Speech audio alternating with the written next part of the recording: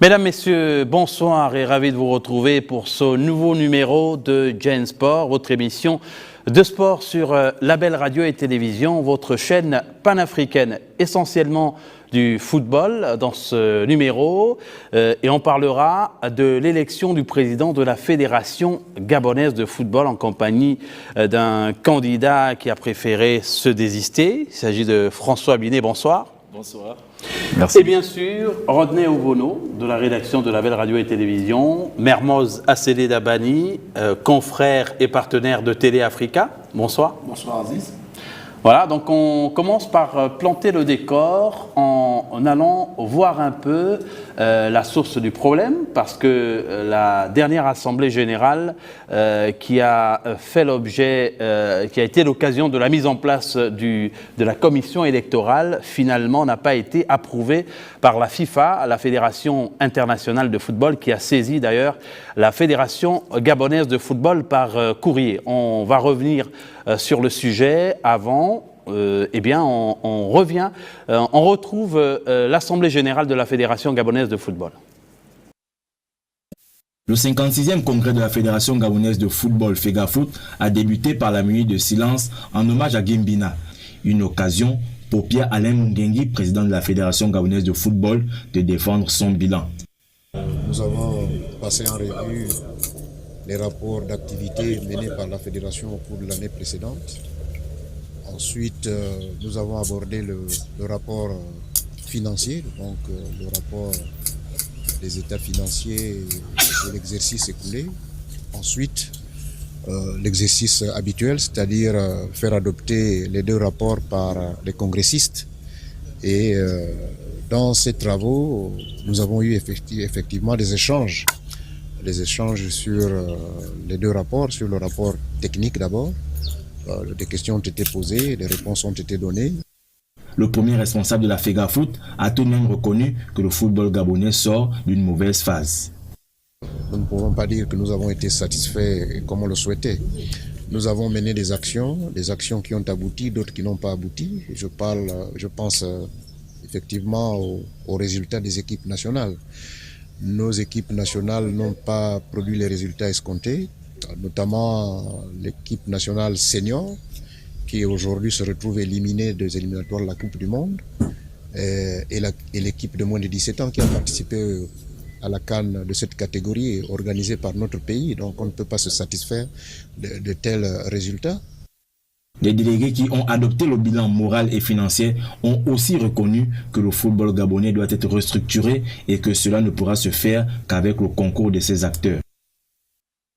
Alors on était là le 27 octobre 2017 et c'était plutôt la bonne date pour la mise en place de la commission électorale, Rodney. Oui, effectivement, cette date-là coïncidait avec les 6 mois qu'il fallait pour mettre en place la commission électorale et la commission électorale de recours.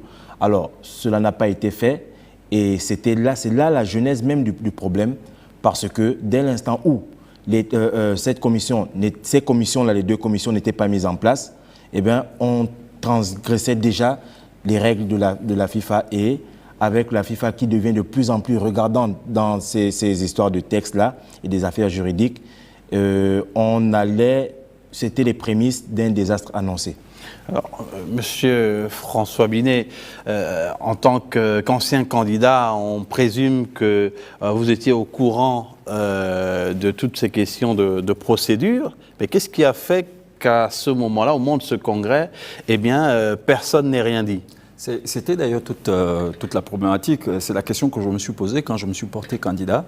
Et quand j'ai eu connaissance des textes, je me suis interrogé moi-même de savoir mais pourquoi finalement le 27, ils n'ont pas pu mettre ce... Après, je me suis dit, est-ce qu'il n'y avait pas un jeu de calcul derrière tout cela? Parce que qu'est-ce que j'ai fait? J'ai dû interroger le président fédéral. J'ai interrogé certains membres qui étaient ce jour-là à ce congrès, puisqu'après j'ai eu le rapport. Donc ça veut dire que tout le collège électoral qui sont membres du congrès étaient tous présents. Donc à ce moment-là, moi je me suis interrogé, mais pourquoi vous avez laissé passer cette date-là? Est-ce qu'il n'y avait pas des petits calculs entre vous qui fait qu'aujourd'hui, les uns se croyant plus forts que les autres, et vous avez laissé cette situation arriver jusque-là, et puis pensant que vous allez tous outrepasser la loi. Et malheureusement pour eux, aujourd'hui, la loi les rattrape. Mermoz, on ne va pas se retrouver dans une situation où la FIFA va devoir trancher? Non, devoir trancher, je crois que la lettre de la FIFA, la dernière lettre de la FIFA, elle est claire. La FIFA reconnaît qu'il y a déjà d'abord un manquement de ce congrès ordinaire où on n'a pas pu mettre en place la commission électorale et le recours 6 mois avant la date de l'élection. La FIFA a admis et a compris que le comité exécutif de la FEGAFOOT, que le secrétaire général de la FEGAFOOT avait reconnu ce manquement et avait fait comprendre que ce manquement ne pouvait pas entacher sur l'irrégularité de tout le processus. Là où la FIFA a plus appuyé, c'est maintenant le respect des différents délais entre certaines procédures de ce processus, notamment par rapport à la date de dépôt des candidatures, le nombre de jours de recours pour les candidats, ainsi de suite. Là, la FEGAFOOT, voulant à tout prix rattraper la date de faire son élection le 31, en arguant dans leur rapport donné à la FIFA, en arguant le fait que le mandat du comité exécutif actuel se terminait le 30 mars, il fallait à tout prix faire élection le 31, a pris ce point comme point focal pour son rapport. Par contre, la FIFA fait comprendre que au-delà de ça, il y a des procédures à respecter. D'abord, la date, je me rappelle que la date au préalable de dépôt de candidature était mise au 23 mars. Elle avait été ramenée au 19. On donnait 2 jours à peine aux candidats pour faire les recours, sachant que quand la commission électorale a donné la liste définitive des candidats, il y avait des candidatures, des co-listiers dont les dossiers n'étaient pas complets. Est-ce qu'en 2 jours, ils pouvaient régler réellement leurs problèmes? C'est tous ces faits qui ont fait en sorte que la FIFA a demandé à ce que il faudrait que le secrétaire général de la FEGAFOOT revoie un peu. Mais parlons de ce congrès ordinaire. Moi, je dis que c'est vrai que le collège électoral se trouvant dans le congrès ordinaire, c'était bizarre qu'il n'y ait personne qui ait tiré la sonnette d'alarme ce jour-là. Mais n'oublions pas que dans la fédération gabonaise de football, il y a une commission juridique. Voilà. Et je pense que cette commission juridique a failli à son devoir dans le processus électoral. M. Aziz, il faut partir du principe, peut-être pour régler un peu la question qu'il aborde au départ, il faut partir du principe que dès lors que vous avez raté le 27, tout ce que vous ferez après, rattrapage ou pas, est déjà illégal. Oui. Par contre, ce que j'ai voulu tenter de proposer lorsque j'étais candidat, c'était, à ce moment-là, il ne fallait pas que les gens se mettent dans des postures de l'arc-boutisme. C'est-à-dire qu'il fallait juste que les gens se retrouvent pour poser le problème. Et moi, j'avais voulu même anticiper en demandant à la fédération de saisir vite la FIFA. Ça, c'était une manière d'anticiper les problèmes. C'est-à-dire saisir la FIFA en disant, voilà, nous avons un souci. En fait, on aurait dû mettre la commission électorale et de recours le 27. On ne l'a pas fait. Qu'est-ce que vous nous conseillez? Vous voyez, ça désamorçait beaucoup de choses. Mais beaucoup sont allés en se disant que non, la FIFA ne ferait rien parce qu'on est en train de rattraper. Mais là, on risque, enfin, le football gabonais risque gros, bien quand même. De façon pratique, à quoi peut-on s'attendre? Ce dont on peut s'attendre, il faut d'abord comprendre qu'il faut d'abord qu'il y ait élection. Bon, maintenant, la FIFA a fait comprendre, vu la lettre de la FIFA et vu les exigences de la FIFA, on va être obligé de repousser un tant soit peu cette élection. Maintenant, l'autre problème, c'est qu'il faudrait après que l'élection se passe bien, qu'il n'y ait pas encore de problème au niveau de l'après, parce que ce que l'on craint, c'est d'abord l'élection elle-même, mais surtout l'après-élection. Que si on rentre dans les recours et que les recours deviennent interminables, qu'on se retrouve encore dans une solution de blocus, on verra encore le Gabon en moins de quoi, après 4 ans, repartir encore dans une nouvelle normalisation, ce qui n'augure pas de bons lendemains pour le football gabonais. Rappelons que quand nous sommes en période de normalisation, vous n'avez plus droit normalement aux subventions et le pays perd un droit de vote. Rappelons que le 13 juin, il y a une assemblée générale de la FIFA à la veille de l'ouverture de la Coupe du Monde, où il faudra désigner le prochain pays qui va organiser, le prochain organisateur, si je peux dire comme ça, de la Coupe du Monde. Parce que de l'autre côté, il y a une candidature à 3 pays. Et nous tous, Africains, on aimerait quand même que le Gabon puisse donner sa voix au pays frère qu'est le Maroc pour que cette Coupe du Monde revienne en Afrique. Et d'un autre côté, comme je disais, pas de subvention. Un autre blocus. Et moi, ce que je trouvais déplorable, c'est montrer un peu notre manque de maturité, nous, Gabonais, dès lors que vous avez une normalisation approuvée par la FIFA, qui a toiletté vos textes, que vous avez approuvés. Nous partons aux élections avec ces nouveaux textes. Et maintenant, ce sont ces mêmes textes qui ne sont pas respectés. Est-ce qu'il y a des esprits... Et que d'aucuns voudraient commencer à remettre encore en cause. Est-ce qu'il y a des esprits ataviques qui veulent revenir à l'état ancien alors que les textes sont toilettés? Parce qu'on a quand même ces images de l'audition ratée du week-end écoulé, où on a vu des candidats pas contents du tout de n'avoir pas été prévenus que cette audition avait été avortée. Il y a quand même des choses élémentaires. Comment peut-on, à ce niveau, avoir autant de problèmes d'organisation? Non, moi, si Mermoz et Aziz, vous me le permettrez, c'est que je crois tout simplement que les textes ne sont pas remis en cause. Si vous relisez, que ce soit les statuts ou le code électoral, c'est des textes qui sont bien faits à quelques erreurs près. Mais sinon, les textes ne doivent pas souffrir d'une contestation. C'est seulement au niveau du respect. C'est au niveau du respect. Comme François le dit, ce ne sont pas les textes qui doivent être mis en cause, mais ce sont les personnes qui interprètent ces textes. Parce que la FIFA signifie bien, et il faut le reconnaître, que ce n'est pas le premier avertissement. La FIFA avait déjà envoyé une demande d'explication par rapport à un candidat au sortir du 10 mars, donc l'élection de la commission électorale, et avait déjà demandé certaines explications, et la fédération gabonaise n'a pas rendu public cette correspondance. Et là, ça montre déjà que la fédération gabonaise de football ne fait pas bien les choses, parce que c'est des correspondances qu'il faut rendre publiques pour permettre à tout le monde d'avoir le même niveau d'information. Et là, la question que je me pose, c'est à qui profite le crime? Et on va, avant de revenir, justement, suivre un autre sujet, qui est cette fois en rapport avec le congrès extraordinaire de la Fédération gabonaise de football. L'élection du comité exécutif de la Fédération gabonaise de football se tiendra bien le 31 mars prochain. Ainsi en a décidé les délégués de l'organe fêtier du football gabonais réunis en assemblée générale extraordinaire à Libreville, la capitale gabonaise. Ce 57e congrès, qui avait pour but de mettre en place les commissions électorales et de recours en vue de l'élection, a débuté avec l'appel des délégués. S'en est suivi l'allocution du président de la FEGAFOOT, Pierre-Alain Mungengi, pour lancer les travaux. Les 10 travaux qui ont permis de désigner les différents membres des commissions électorales et de recours. Alors notre rôle sera d'organiser et de gérer les élections du bureau exécutif de la FEGAFOOT. Donc nous allons mettre en place un système pour que le processus électoral soit démocratique, pour respecter l'équité entre chaque candidat et surtout la neutralité et la transparence. La course à la succession de Pierre-Alain Mungengi est dès à présent lancée. 6 candidats sont sur la ligne de départ, à savoir Pierre-Alain Mungengi, président sortant, Mamadou Oumar, Blanchard Andoum, Alabafal, François Binet et Jérôme Efonzolo.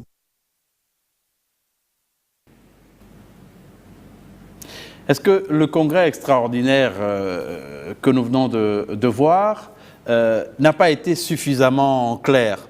À ce moment-là, il fallait peut-être définitivement crever l'abcès. Qu'est-ce qui a manqué pour que tout soit remis à plat et que tout le monde constate que, justement, au niveau de cette fédération, on est peut-être on était en train de violer les textes? Il faut dire déjà que depuis le 27, comme l'a si bien dit M. François Binet tout à l'heure d'abord, c'est que depuis le 27, le simple fait qu'on n'avait pas mis en place cette commission électorale et la commission de recours, les 2 commissions qui sont chargées de l'organisation de l'élection, tout était déjà faussé. Donc, rappelons que ce congrès extraordinaire du 10 mars était très contesté déjà par plusieurs candidats. Mais pourquoi l'avoir organisé? Alors, c'est la Fédération gabonaise de football qui organise ce congrès. Sur invitation, les délégués sont invités. Et lorsque vous arrivez, vous votez. Et certains n'ont pas voulu, mais déjà on était dans le faux. Il faut dire la vérité, nous étions déjà dans le faux. Et l'un des candidats dont je parlais avant, Blanchard Paté Andoum, avait déjà signifié. Et même certains candidats, dont François Binet, présent, avaient déjà dénoncé le fait que les règles avaient été biaisées. Dès cet instant, quel que soit ce qu'on va arranger, quel que soit ce qu'on va vouloir mettre en place, eh bien, on ira d'abord du fait en disant, le 27 octobre, nous devions mettre en place la commission électorale et la commission de recours. Ça n'a pas été fait. Dès cet instant, nous violons les règles. Et jusqu'à la fin, là, maintenant, la FIFA, elle est très regardante dans ces questions de règles. Et peut-être certains pensaient que ça allait passer comme lettre à la poste. Malheureusement, la FIFA a été très regardante et sa secrétaire générale, Fatma Samoura, est montée au créneau à travers des correspondances. Et il faut régler cette affaire. Et comment rattraper la situation maintenant, messieurs? D'abord, au-delà de rattraper, je crois que tout le canevas commence à être donné par la fameuse lettre de la FIFA. Quand en parlant de ce congrès extraordinaire qui avait été déjà contesté, même dans ce congrès extraordinaire, si ceux qui ont pu connaître la lettre du candidat donc Blanchard Paterne Andoum, qui est celui-là qui a fait une correspondance directe à la FIFA, où il expliquait déjà, et la FIFA demandait à la Fédération gabonaise de football de s'expliquer sur déjà le déroulement, ce qui s'est passé lors de cette commission, de ce congrès extraordinaire. Normalement, d'après les textes ou la manière de faire, on va dire que le vote ou l'élection de la commission électorale et la commission de recours se fait, c'est une élection à bulletin secret. Toutes les élections. L'élection a été faite à main levée. Et tout le monde s'accorde à dire qu'à main levée, les protagonistes se regardent en face et on voit qui dit oui et qui dit non. Et cela égaye souvent, on va dire, certaines guerres internes, plus que chaque protagoniste est en train de montrer son vrai visage. Mais pour quelle raison le vote s'est fait à main levée? On reprend. Il faut dire les choses telles qu'elles sont. Il y a une erreur de la part du secrétaire général de la FEGAFOOT dans ce processus électoral. Qui dit secrétaire général de la FEGAFOOT dit comité exécutif de la FEGAFOOT actuel. Tout porte, je ne dis pas que c'est cela, mais on a maintenant l'impression que tout était fait à certains desseins parce qu'on avait peut-être donc cette candidature du président sortant qu'on attendait. D'ailleurs, il est pratiquement le dernier candidat à s'être véritablement déclaré. Même s'il y a un qui n'avait pas vraiment parlé, qui est venu déposer une candidature en dernière position, en la personne de Xavier Placide Bourdette. Sinon, on a tous attendu cette candidature du président sortant. Et au regard de ce qui se passe, d'aucuns s'accordent, il faut le dire, d'aucuns s'accordent à penser que cela a été fait à dessein parce que le président sortant brigue un deuxième mandat. Mais justement, on va être fixé sur la liste définitive des candidats, en tout cas jusqu'à ce stade, avec ce récit. Conformément aux dispositions des articles 7, 12 et suivants du Code électoral et du calendrier électoral réaménagé et rendu public le 12 mars 2018, la Commission électorale procède ce jour à la publication officielle des listes des candidats retenus. À la date butoir du 19 mars 2018 à 17 h, la Commission a reçu 5 listes de candidatures, ainsi que prévu à l'article 11 du Code électoral de la FEGAFOOT. Après examen et délibération et sous réserve du règlement de la caution fixée par la commission électorale, les listes ci-après ont été retenues. Bosco Alabafal, Blanchard Paterne Andoum, Placide Xavier Bourdette, Jérôme Efon Zolo, Pierre-Alain Mungengi. En application du Code électoral et des statuts de la FEGAFOOT, et après examen et délibération, la candidature de M. Henri Thier Obam, colistier du candidat Blanchard Paterne Andoum, et Mme Gisèle Okom Ebanega, et M. Brice Bika Jambou, colistier de M. Placide Bourdette, Xavier, n'ont pas été retenus par la commission électorale. Là, on avait le porte-parole de la commission électorale qui rendait la liste définitive des candidats retenus. On constate que certaines candidatures ont été rejetées. On a, je crois, deux candidatures de colistiers qui ont été bloquées. C'est trois. C'est trois ou deux. Trois candidatures de colistiers, donc deux candidatures du côté de Xavier Placé-Bourdette et une candidature de colistier du côté de Blanchard Patermandou. Alors, que doit-on retenir de tout ça, puisque désormais tout le processus est frappé d'illégalité? On va repartir de zéro? Bon, la commission, comment dire, il faut dire qu'on repartira de zéro, pas vraiment dès lors que la commission électorale et du recours, elles n'ont pas été plus ou moins remises en cause. Mais si, en cause. justement, elle est remise en cause. Laissez-moi d'abord terminer. Pour l'instant, je dis qu'elles ne sont pas encore remises en cause dès lors que on n'a pas encore attaqué ce point de la composition de ces commissions. Ah, mais justement, voilà. Je parle d'abord. C'est attaqué. Hein. Si vous lisez la correspondance de Blanchard Andoum, la correspondance de Blanchard Andoum attaque la procédure. Exactement, toute la procédure. Et il attaque très bien même cette commission électorale. Parce qu'elle a été votée, on se rappelle. Non seulement elle a été votée à main levée, mais cette commission, elle est arrivée, la liste était déjà faite et déposée. Donc les gens, après, ont demandé qui est pour ou contre. Mais donc, cette commission, est-ce qu'il est possible de continuer le processus avec le même dispositif? Mais si on continue avec le même dispositif, je vous assure qu'à l'élection, ça va pas tenir. Ce sera une guerre sans fin, parce que vraiment, c'est cette date du 27 octobre, moi, qui me vient toujours en tête. Parce que c'est de là que tout est parti. Et comme François le dit, alors vous amenez une liste, alors que ce n'est pas comme ça que cela se fait. C'est sur place que les choses se font. Alors que là, tout était préparé, de telle sorte qu'on vient juste demander, est-ce que vous avalisez cette liste? Alors que ce n'est pas la liste qu'on est venu choisir, ce sont les personnes qui devaient déposer leur candidature, pour validation. Alors là, Stéphane Mendenet et son équipe avaient déjà une liste bien précise et on a voté. Alors que, en fait, on va toujours dans du faux. C'est malheureux de le dire, mais on va toujours dans du faux. Ce flou artistique, parce qu'enfin, ça ressemble à un flou artistique, est entretenu dans quel but? Nous revenons toujours, comme je disais, d'aucuns vont commencer à penser à ce problème de la candidature du président sortant, puisque c'est son équipe, que l'on le veuille ou non, c'est son comité exécutif qui organise cette élection, qui est garant du processus électoral en tant que comité exécutif élu lors de la précédente élection.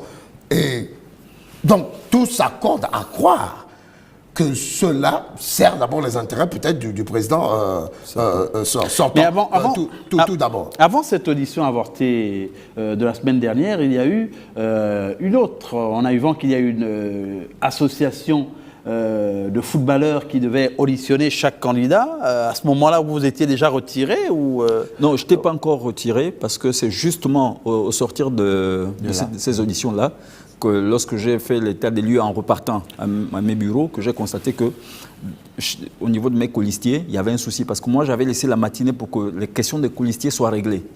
Or moi, parce que moi je faisais, chaque fois que je recevais les dossiers des colistiers, moi-même je regardais. Parce que ça ne sert à rien de décrier ceux qui violent les textes et vous-même, vous vous emboîtez le pas en faisant cela. Donc moi, par prudence, ce que je faisais, chaque fois que je prenais un dossier, moi-même je vérifiais. Avec mes textes, je regardais chaque partie de liste. Mais il se trouve que le lundi même, jusqu'à 15h, quand j'appelle, rien n'est fait, j'ai dit on stoppe tout. On ne peut pas aller déposer un dossier où vous avez 3 ou 4 gars qui ne répondent pas aux critères. C'est à ce moment-là, quand je suis sorti de ces entretiens, que j'ai pris la décision finalement de rebrousser chemin. Alors ça nous mène quand même à nous poser des questions. Comment se choisissent les candidats? Comment vous procédez? Est-ce que c'est à quelques semaines de l'élection que vous avez essayé de rencontrer des gens, qu'on constitue une équipe, ou bien, vu que les dates sont connues à l'avance, vous êtes parvenu à trier sur le volet des personnes. Non, pas sur le volet. Mais en fait, il faut comprendre que c'est un travail qui est d'abord fait. Et moi, de notre point de vue, on avait pensé au 23. Vous voyez, sans nous donner encore à peu près une semaine. Parce que j'avais déjà...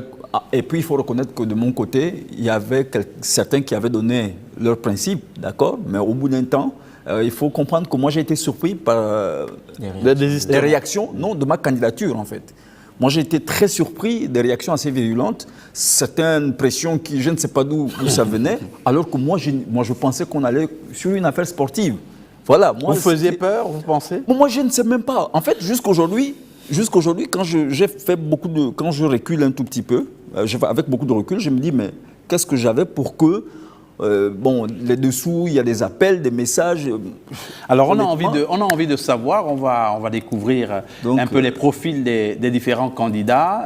Être candidat à la présidence d'une fédération de football, c'est très bien, mais il est aussi bon de savoir ce qu'on propose. Donc, dans ce sujet, le portrait des différents candidats.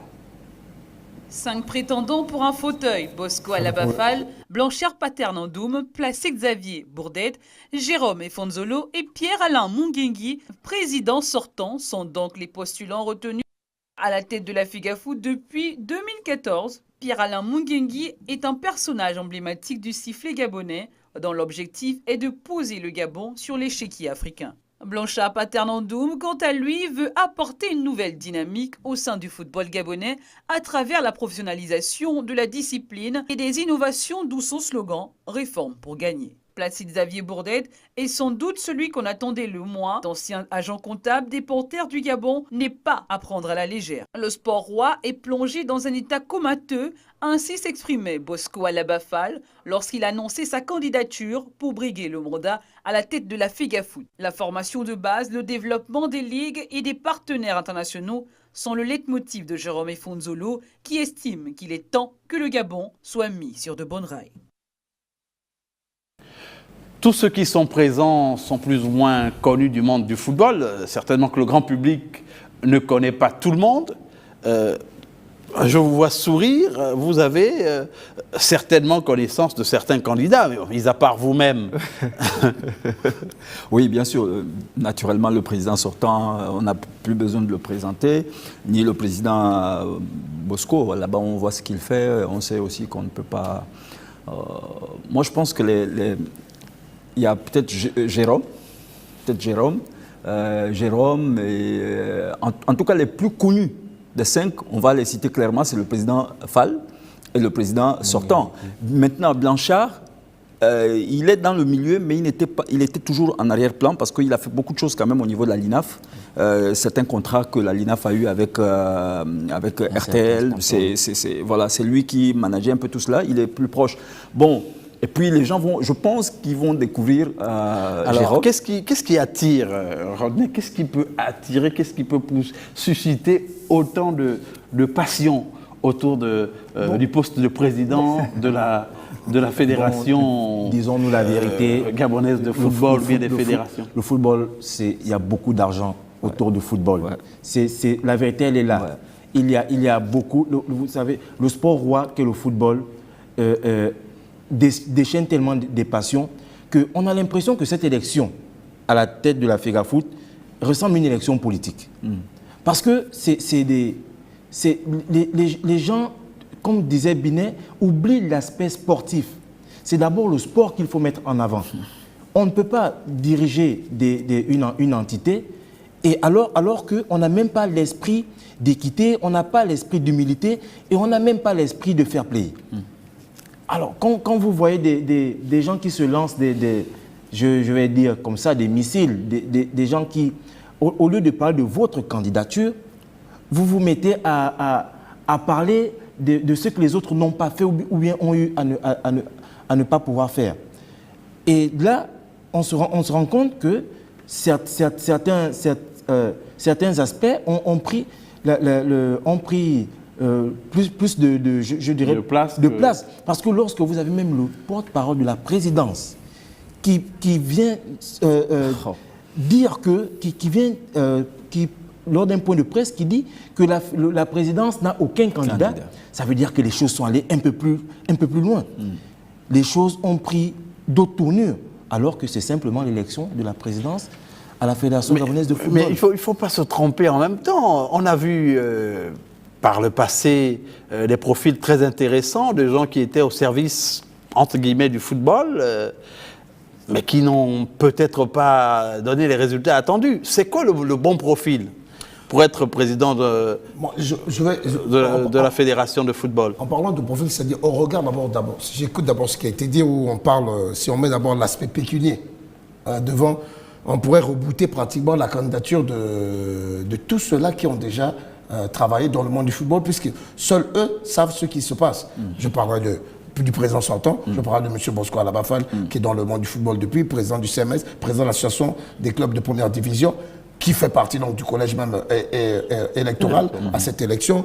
Je parlerai de M. Blanchard Andoum, qui est vice-président à RTL, donc qui a travaillé avec la FEGAFOOT notamment, et la LINAF surtout, notamment lors du le contrat d'RTL qui a sponsorisé pendant un moment le championnat aussi, la LINAF et le championnat national foot. Donc je dirais que ceux-là même, et même Xavier Placide Bourdette, qui vient de l'une des structures qui est dans la gestion des matchs des équipes nationales. Et une moindre mesure, Jérôme Efonzolo, qui est un peu en retrait parce que lui vient de l'extérieur, est rentré au Gabon, ça fait maintenant un certain nombre d'années, était plus à travailler aussi au ministère, auprès du ministre des Sports de l'époque, justement de l'élection de M. Pierre-Alain Mongengi, en la personne de M. Blaise Lomba, était conseiller chargé des fédérations. Donc on dirait que toutes ces personnalités connaissent, savent ce qui se passe, et on dirait quoi? On pourrait dire que toutes ces personnes viennent pour l'argent. Je ne pense pas. Et je pense d'abord que ceux qui emmènent d'abord les personnes à être candidates à la présidence d'Africa Foot, notamment pour ceux-là qui n'ont pas encore été présidents, qui ont été peut-être loin de la gestion footballistique, c'est surtout d'abord l'amour du football et quand on regarde un peu l'état de notre football actuel dans sa généralité. Maintenant, si on parle du candidat, qu'on pourrait dire parfait, moi je dis d'abord que pour une bonne, on va dire une bonne Olympiade à la tête de la présidence de la FEGAFOOT, il faudrait d'abord un candidat, s'il gagne, le candidat le gagnant, serait d'abord accepté de tous. Pour commencer. Quand je dis de tous, de toutes les parties, que ce soit des ligues qui votent, des associations, des clubs, du ministère, et même des autorités au-dessus, plus qu'on ne fait qu'en parler. Il faut aussi un candidat qui, quand il est élu, réussisse justement à fédérer tout le monde. Tout le monde. Mais ça, autour de sa présence. Oui, bon, avec ce qui se passe depuis quelques semaines, ce qui a été observé, on voit bien qu'il y a des tensions. Il y a des tensions. Exact. Cette candidature consensuelle, elle va avoir du mal à se mettre en place. Déjà, il faudrait... comment dire, cela s'explique même... Cela même vous montre d'abord dans quel état est notre football. Les différentes composantes même de la commission électorale, se regardent plus ou moins en chaîne faïence, parce que quand vous regardez un peu, chacun a même son candidat. Nous, il ne faut pas qu'on se monte à nous-mêmes. Les clubs ont comme candidat M. Bosco Alabafal. D'aucuns se disent que si M. Bosco Alabafal passe au pouvoir de la Fédération gabonaise de football, c'est les clubs qui prennent le pouvoir, alors que ces clubs ont déjà un gros pouvoir dans l'élection du président de la Ligue nationale de football. Vous avez les ligues où d'aucuns disent dans les bruits de couloir que les ligues seraient derrière la candidature du président sortant, puisqu'il aurait beaucoup fait, notamment au niveau de... Il a pu doter certaines ligues de sièges, donc aurait les faveurs de pronostic au niveau des ligues.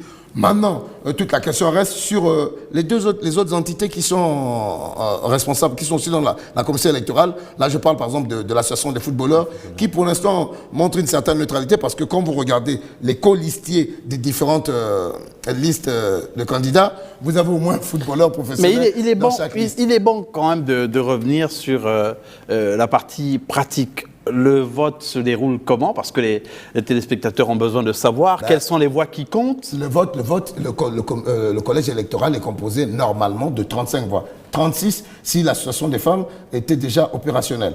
35 voix. 35 voix. Rappelons que les ligues votent, il y a 9 ligues pour les 9 provinces et les ligues ont 2 voix. Qu'il y a 14 clubs de première division et les clubs ont 14 voix, plus qu'une voix par club, alors que pour les ligues, c'est 2 voix par ligue. Et après, vous avez donc, vous faites déjà le calcul, ça vous fait déjà 32 voix. Et vous avez les 3 autres voix qui restent, donc l'association des arbitres, l'association des anciens footballeurs et puis l'association des entraîneurs.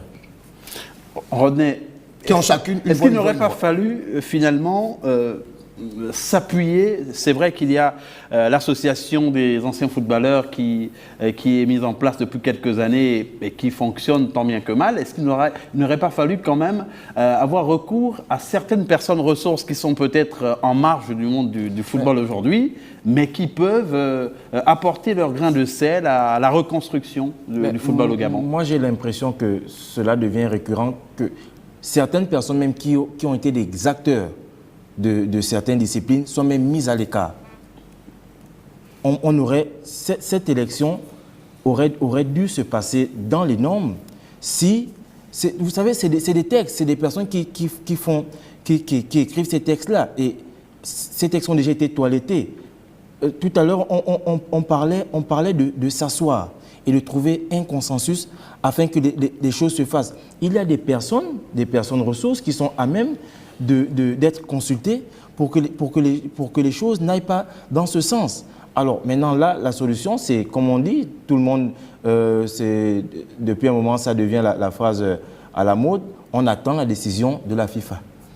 On attend la décision de la FIFA, on ne va pas augurer une autre normalisation, puisqu'il se dit qu'au niveau de la FIFA, on ne normalise pas plus d'une fois.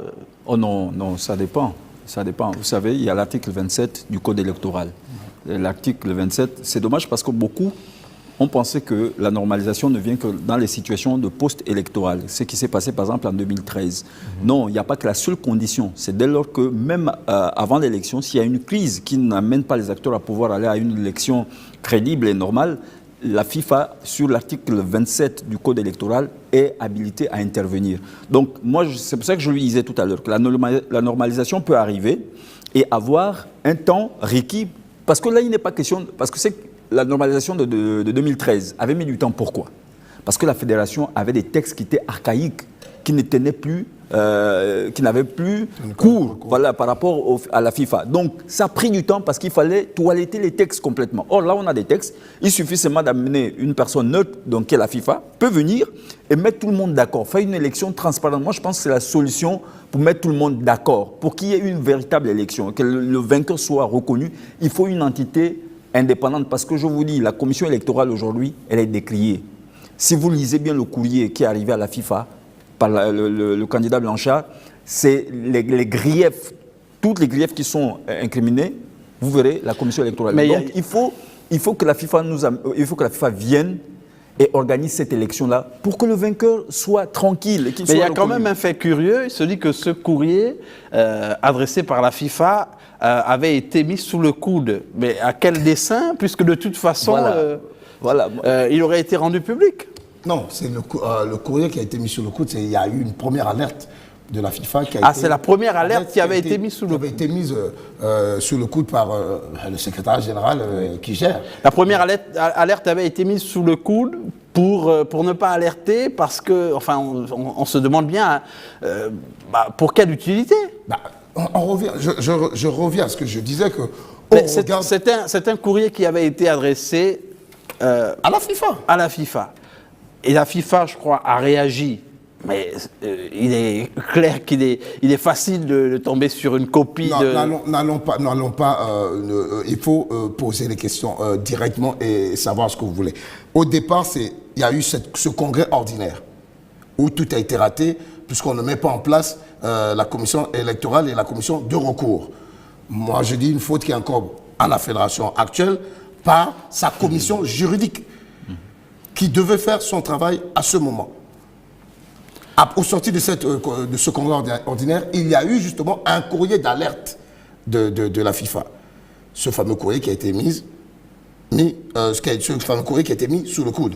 Maintenant, il y a eu maintenant les recours, déjà, comment dire, les sonnettes d'alarme des candidats, que sont d'abord M. Bosco Alabafal, Blanchard Andoum et d'autres, notamment M. François Binet, ici présent, qui contestait maintenant la régularité de ce processus qui avait été bafoué dès le 27 octobre dernier.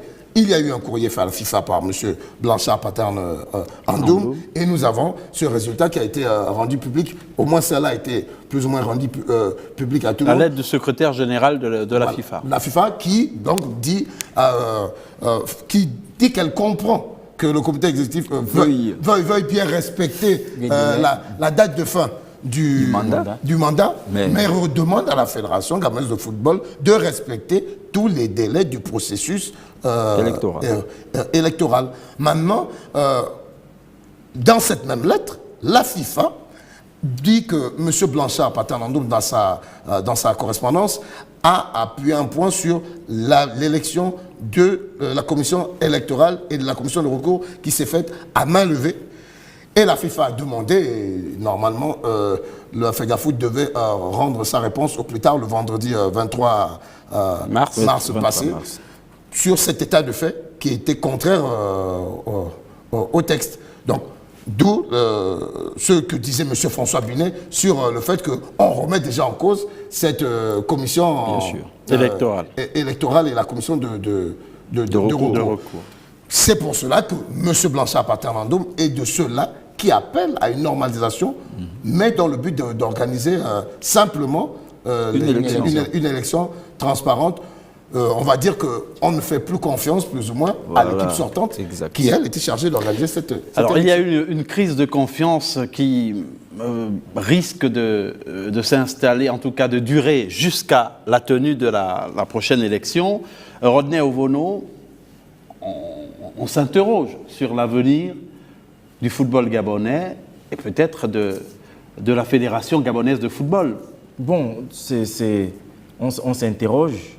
Alors on attend tous le dénouement de cette histoire, parce qu'il faut aussi rappeler que les problèmes s'enchaînent. On quitte d'un congrès ordinaire, un congrès extraordinaire, à la mise en place d'une commission qui n'est pas reconnue. Et le week-end dernier, on se retrouve avec une audition qui devait avoir lieu et les candidats n'étaient même pas au courant. Les candidats n'étaient pas au courant et seuls deux ne sont pas venus, à savoir M. Bourdette et M. Mungengi. Et là, ça laisse à toutes sortes de questions. Et l'un des candidats s'est demandé et a dit « Ne nous laissez pas croire des choses qui ne sont pas vraies parce qu'on peut spéculer et se dire qu'il y a des choses, il y a des informations qui passent et ces informations ne servent qu'à certains candidats. » Alors, moi, j'aimerais que l'on, s'il faut normaliser la Fédération gabonaise de football, c'est vraiment juste pour qu'il y ait une élection transparente, pour que ce candidat-là soit reconnu de tous et qu'il fédère, afin qu'on passe à autre chose, parce qu'aujourd'hui, le football gabonais, il faut le reconnaître, souffre de ces mots-là, et il faut rendre au football gabonais ses lettres de noblesse, afin que cette nation, la nation gabonaise, aille de l'avant. Mais il y a eu des tensions aussi par le passé au niveau de la gestion du football au Gabon. Mais il y a toujours eu des tensions et il y aura toujours des tensions dans toute chose humaine. Tout le monde ne peut pas être d'accord sur la même chose. Mais là où il faudrait comprendre, c'est qu'il faudrait que les gens sachent mettre de l'eau dans leur vin et sachent au moins penser Gabon d'abord. C'est-à-dire, et pourtant qui est le slogan, de la FEGAFOOT, c'est-à-dire mettre en avant voilà, le pays. Le pays, le patriotisme d'abord en avant et on va dire de la bonne foi. Moi, par exemple, je veux bien d'une FIFA qui viendrait organiser une élection transparente, mais avec aussi la bonne foi des acteurs. Il y a une fédération qui est en place. On ne va pas dire, excusez-moi des termes, que toute la structure fédération est pourrie. Il y a bien, par exemple, une commission juridique qui pourrait un peu Justement, la preuve que toute la structure n'est pas pourrie, c'est qu'il y a des gens qui travaillent et il y a eu une séance de travail avortée sur laquelle on revient.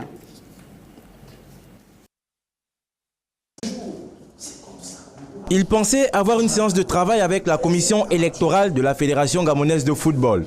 Ils, ce sont 3 des 5 candidats à la présidence de la Fédération gabonaise de football FEGAFOOT, à savoir Blanchard Paternandoum, Bosco Alabafal et Jérôme Efonzolo. Les prétendus candidats qui pensaient s'entretenir avec Stéphane Mendene et son bureau sont tombés des nues en apprenant que la commission électorale avait ajourné leur séance de travail sans les avoir au préalable avertis. Si vous m'avez appelé, vous aurez pu me donner l'information, j'aurais pu prendre la responsabilité sur moi d'appeler mes frères candidats. Donc quand je m'adresse à vous, je m'adresse à la commission. Donc vous pouvez rapporter mes propos à la commission. Vous avez donc envoyé un courrier à la FIFA. Nous avons besoin de savoir pour pouvoir ajuster nos calendriers, avoir une idée du contenu de ce courrier-là. Ce qui s'est passé aujourd'hui, ce n'est pas normal. Nous sommes tous des responsables. Il y a un minimum qu'on se respecte. C'est très très important qu'on soit candidat ou pas, qu'on soit plus petit ou pas, au minimum c'est commun. Tous les candidats présents ont estimé que la démarche entreprise par la commission électorale n'était pas mauvaise. Ils s'insurgent contre le manque de communication de la dite commission. Tour de table, messieurs, on voit justement que certains candidats ont déjà le cœur à l'ouvrage, mais qu'il n'y a pas eu de séance de travail. Oui, mais après, il faut quand même fustiger ce comportement. Vous convoquez une réunion, vous l'annulez, mais vous ne prévenez pas les personnes que vous invitez. Les personnes arrivent, se déplacent, c'est un week-end. Donc moi, je pense que, comme disait Jérôme Efonzolo, apprenons à nous respecter, donc les uns les autres. Ça crée encore une autre tension inutile, alors qu'on n'en avait pas besoin. C'est tout simplement, il suffit juste de s'accorder, on est entre compatriotes, de s'accorder et puis s'entendre tout simplement.